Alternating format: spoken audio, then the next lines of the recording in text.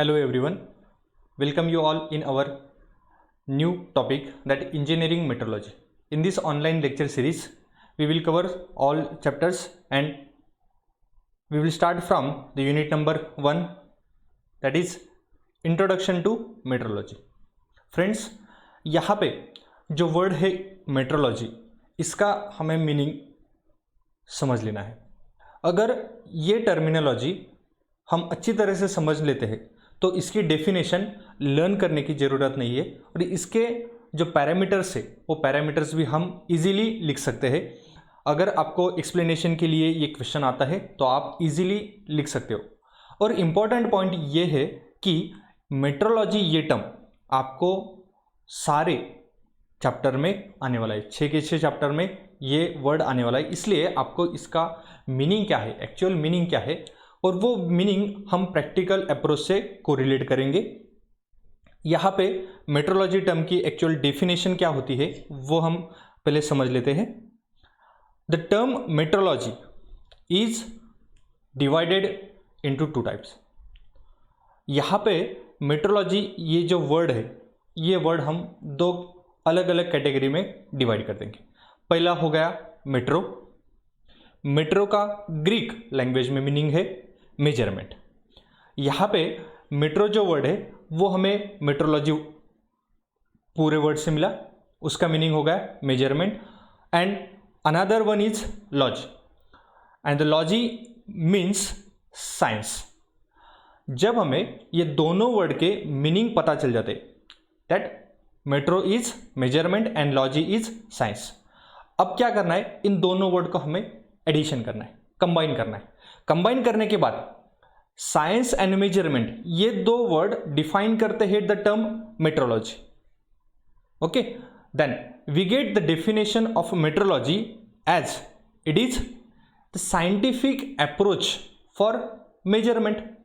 The term science and the measurement we get एड and we have the definition as metrology is the scientific study of measurement, but in examination we have to write as a comprehensive stage of different measuring instrument for finding precision, accuracy, possible source of error and method of elimination of error।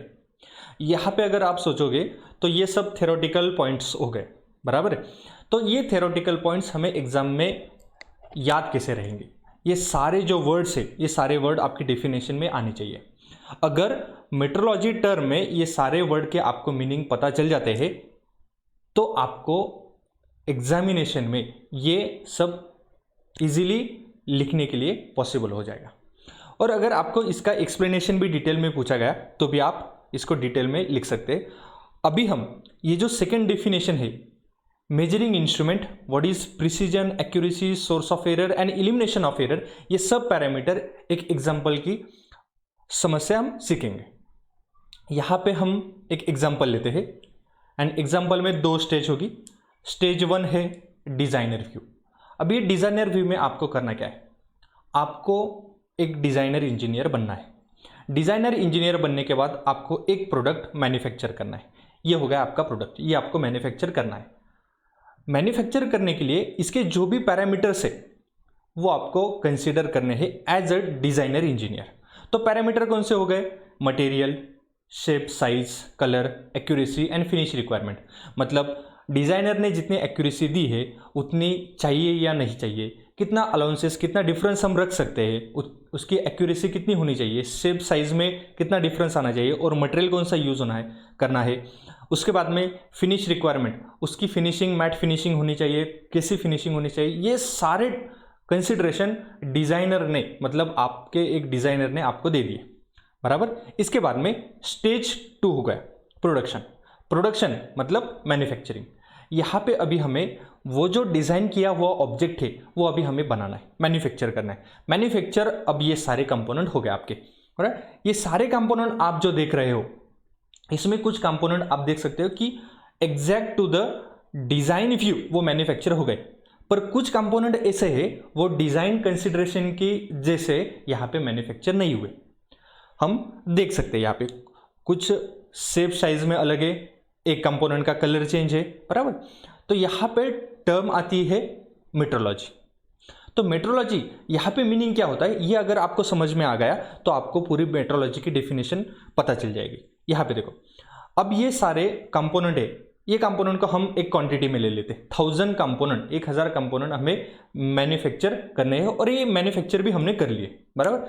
तो ये सारे component okay है या नहीं, इसका हमें अभी inspection करना है। The term inspection from metrology, बराबर। तो इंस्पेक्शन करना मतलब क्या करना है, मेजरिंग एंड गेजिंग, बराबर। अब ये गेजिंग जो वर्ड है, ये वर्ड, ये टर्म आपको नेक्स्ट चैप्टर में भी पता चल जाएगी। इसका हम शॉर्ट में जो भी मीनिंग है वो समझ लेते। अभी मेजरिंग देखो, जो सारे 1000 कंपोनेंट है, ये 1000 कंपोनेंट हमें एक इंस्ट्रूमेंट की हेल्प से मेजर करने हैं और इंस्पेक्ट करने हैं, ताकि हम आइडेंटिफाई कर सके कि all these instruments are in acceptable limit और नॉट। तो हमने क्या किया कि मेजरिंग इंस्ट्रूमेंट लिया और गेजेस लिए, इसकी हेल्प से हमने इंस्पेक्शन किया और इंस्पेक्शन करने के बाद में हमें पता चला कि out of this component which component is in acceptable limit and which are not. Okay, इसके बाद में यहां पे आपको मेट्रोलॉजी की टर्म पूरी आ जाएगी और नेसेसिटी ऑफ मेट्रोलॉजी क्या है वो भी आपको समझ में आ जाएगा, मेट्रोलॉजी क्यों करनी है। अब समझ लो कि ये सारे 1000 कंपोनेंट है, ये 1000 कंपोनेंट आपने मैन्युफैक्चर किए। इससे पहले आपने खाली 100 कंपोनेंट मैन्युफैक्चर किए। 100 कंपोनेंट मैन्युफैक्चर करने के बाद में आपने उन सब का 100 कंपोनेंट का इंस्पेक्शन किया, मेजर किए, वो सारे अप टू द मार्क है, यानी कि एक्सेप्टेबल लिमिट में है। आपने मशीन फिर एक बार स्टार्ट किया और बाकी के 100 से आगे कंपोनेंट मैन्युफैक्चर होना स्टार्ट हो गया। अभी 100 का एक लॉट कंप्लीट हो गया, अगले 100 का जो लॉट है उसमें मशीन में कुछ तो भी फॉल्ट हो गया। फॉल्ट होने के बाद 101 से 200 तक जो भी कंपोनेंट है वो कंपोनेंट अब अप टू द मार्क, यानी डिजाइनर के जो कंसिडरेशन थे उसके हिसाब से तो नहीं बन रहा, शेप एंड साइज में कुछ तो भी गलत हो रहा है। अगर हम इंस्पेक्ट नहीं करते तो रिमेनिंग जो 900 कंपोनेंट है जो भी मैन्युफैक्चर होने वाले हैं, ये सब गलत मैन्युफैक्चर हो जाएंगे, इनका शेप एंड साइज अलग हो जाएगा। मतलब ये सारे क्या हो गए, स्क्रैप हो गए, बराबर।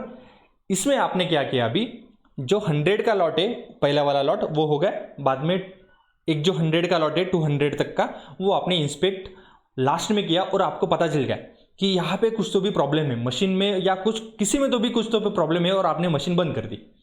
बंद कर दी मतलब क्या किया आपने, आप फाइंड आउट करने लगे कि सोर्स ऑफ एरर क्या है, एरर किसकी वजह से हो रहा है।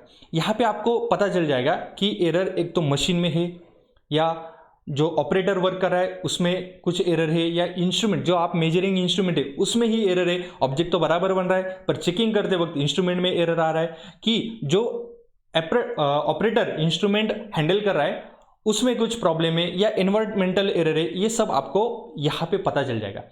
पर इसमें बेनिफिट क्या है, रिमेनिंग 800 जो कंपोनेंट है वो अभी स्क्रैप में नहीं जाएंगे। आप यहाँ पे जो सोर्स ऑफ एरर है वो आपको, आप यहाँ पे उसको निकाल लेंगे, that is the elimination of error. अभी तक क्या किया हमने, इंस्पेक्शन किया, इंस्पेक्शन में acceptable limit and rejection list ये फाइंड आउट किया, बराबर। उसके बाद में सोर्स ऑफ एरर आइडेंटिफाई किया कि कहाँ पे एरर जनरेट हो रहा है, और उसको इलिमिनेशन भी कर दिया, बराबर। ये 4 पॉइंट हो गए, बराबर। इसमें अभी जो इंस्पेक्शन है, ये इंस्पेक्शन पॉइंट में 2 पॉइंट अलग अलग आते, एक तो प्रिसीजन एंड एक्यूरेसी। ये टर्म हम बाद में डिटेल में डिस्कस करेंगे। अभी यहां पे हमें कंसीडर करना है कि मेट्रोलॉजी टर्म में क्या क्या हुआ है, मेजरमेंट हुआ है, मेजरमेंट यानी इंस्पेक्शन हुआ है, इंस्पेक्शन के बाद में सोर्स ऑफ एरर आइडेंटिफाई हुआ है, और इलिमिनेशन ऑफ एरर। तो डेफिनेशन हम इस तरह से लिख सकते हैं, as a comprehensive stage of different measuring instrument for finding. तो क्या हो रहा है, measuring instruments for finding, precision accuracy, ये होगा प्रिसीजन एंड एक्यूरेसी का पॉइंट। उसके बाद में पॉसिबल सोर्स ऑफ एरर, जो भी एरर आ रहा है वो एरर हमने कैलकुलेट किया और वो हमने देखा कि कौन सा एरर है। उसके बाद में method of elimination of error, ये हो गई आपकी डेफिनेशन। ओके, तो इसके बाद में जो भी टर्म हमने सीखी मेट्रोलॉजी, इसके अराउंड बहुत सारे क्वेश्चन जनरेट होते हैं। पहला तो क्वेश्चन ये आपको पूछा जाएगा कि डिफाइन द टर्म मेट्रोलॉजी और explain the term metrology, source of error, elimination of error. और एक क्वेश्चन हमेशा रिपीटेड रहता है, वो है necessity and objective of metrology. जो हमने मेट्रोलॉजी टर्म देखी, मेट्रोलॉजी यानी scientific way of measurement, scientifically हमको मेजरमेंट करना है, उसकी नेसेसिटी क्या है एंड ऑब्जेक्टिव क्या है, ये अभी आपको पता चल जाएगा। इसके लिए हम एक एक पॉइंट डिस्कस करते हैं। We will move towards the next question, that is necessity and objective of metrology. यहाँ पे फर्स्ट नेसेसिटी है इंटरचेंजेबल पार्ट मैन्युफैक्चरिंग। मतलब इंटरचेंजेबल पार्ट जो है वहाँ पे हम मास क्वांटिटी में बना सकते हैं ड्यू टू द मेट्रोलॉजी। अब इंटरचेंजेबिलिटी मतलब क्या, ये एग्जाम्पल आपने हमेशा देखा होगा। ये हो गया लाइट और उसका होल्डर हम वॉल पे फिट करते, उसमें लाइट फिक्स कर दे, ट्विस्ट करके माउंट कर देते, बराबर। वो स्विच ऑन करने के बाद वो बल्ब हो जाता है। यहाँ पे अभी आपको एक कंसिडर करना है, ये जो होल्डर है, ये होल्डर आपकी कंपनी ने मैन्युफैक्चर किया, और ये जो बल्ब है, ये बल्ब मेरी कंपनी ने मैन्युफैक्चर किया, बराबर। 2 साल के बाद में, समझ लो 2 साल के बाद में, इसकी वारंटी तो 1 ही साल की है बल्ब की, 2 साल के बाद में ये बल्ब खराब हो गया, तो आप क्या करोगे? शॉप में जाओगे, दूसरा बल्ब परचेस कर लोगे। अगर मेरी कंपनी का आपको बल्ब नहीं चाहिए तो आप क्या करोगे? दूसरी कंपनी का बल्ब परचेस कर लोगे, बराबर। यहाँ पे आपने दूसरी कंपनी का बल्ब परचेस कर लिया, पर वो आपके पहले वाले होल्डर में बैठ नहीं रहा, बराबर। तो क्या हो जाएगा? आपको होल्डर भी बदलना पड़ेगा। ये पॉसिबल है? नहीं पॉसिबल। तो इसलिए होल्डर या बल्ब, कोई भी कंपोनेंट हो, ये दोनों कंपोनेंट का डिजाइन सेम होना चाहिए। इसको बोलते हैं इंटरचेंजेबल। कोई भी कंपनी अगर मैन्युफैक्चर करती है तो भी उसका शेप एंड साइज जो कि मेटिंग पार्ट है वहां पे सेम होना चाहिए। ओके, इसके बाद में सेकेंड नेसेसिटी है it reduce the cost and scrap while measuring. Second point में हमने पहले भी एक एग्जांपल लिया था कि जो 1000 कंपोनेंट थे, 1000 कंपोनेंट में से 100 कंपोनेंट हमने मेजर कर लिए। बाद में जो 900 कंपोनेंट है, वो जो मेट्रोलॉजी टर्म की वजह से स्क्रैप में गए थे, वो कंपोनेंट अगर हमें स्क्रैप रिड्यूस करना है तो हमें क्या करना पड़ेगा? हर एक लॉट के बाद में मेजरमेंट करना पड़ेगा, इंस्पेक्शन करना पड़ेगा, और इसके मेजरमेंट करने से यहाँ पे कॉस्ट एंड स्क्रैप रिड्यूस हो जाएगा। इसके बाद नेसेसिटी में थर्ड पॉइंट है individual measurement is a time consuming and costly also. जो 1000 कंपोनेंट हमने यहाँ पे मैन्युफैक्चर किए थे, अगर ही 1000 कंपोनेंट अगर आपने मैन्युफैक्चर करने के बाद मेजर भी करना है तो और 1 दिन लग जाएगा, बराबर। ये टाइम कंज्यूमिंग प्रोसेस है। इसलिए क्या किया जाता है, अगर 100,000 कंपोनेंट है तो 100 के सैंपल सेट बनाए जाते हैं, और उस सेट में से सैंपल क्वांटिटी कुछ निकाली जाती है, 5-10 क्वांटिटी निकाली जाती है, उनका मेजरमेंट किया जाता है, और डिपेंडिंग अपॉन देम वहाँ पे आइडेंटिफाई किया जाता है कि इस लॉट में कितने रिजेक्टेड है और कितने एक्सेप्टेबल है। उस हिसाब से source of error and elimination भी आइडेंटिफाई किया जाता है। इसके बाद में लास्ट पॉइंट है identify the source of error. यहाँ पे हमने पहले ही डिस्कस किया है कि अगर कोई कंपोनेंट रिजेक्ट लिस्ट में जाता है तो वहाँ पे हम मशीन को स्टॉप कर देते हैं। अगर वो लॉट बड़ा हुआ तो वहाँ पे हमें सोर्स ऑफ एरर भी पता चल जाता है, और उसके हिसाब से हम वो सोर्स को एलिमिनेट भी कर सकते हैं। इसके बाद में नेसेसिटी होने के बाद में हमें नेक्स्ट पॉइंट है ऑब्जेक्टिव। यहाँ पे आज आपको एक असाइनमेंट प्रिपेयर करना है ऑन ऑब्जेक्टिव ऑफ मेट्रोलॉजी।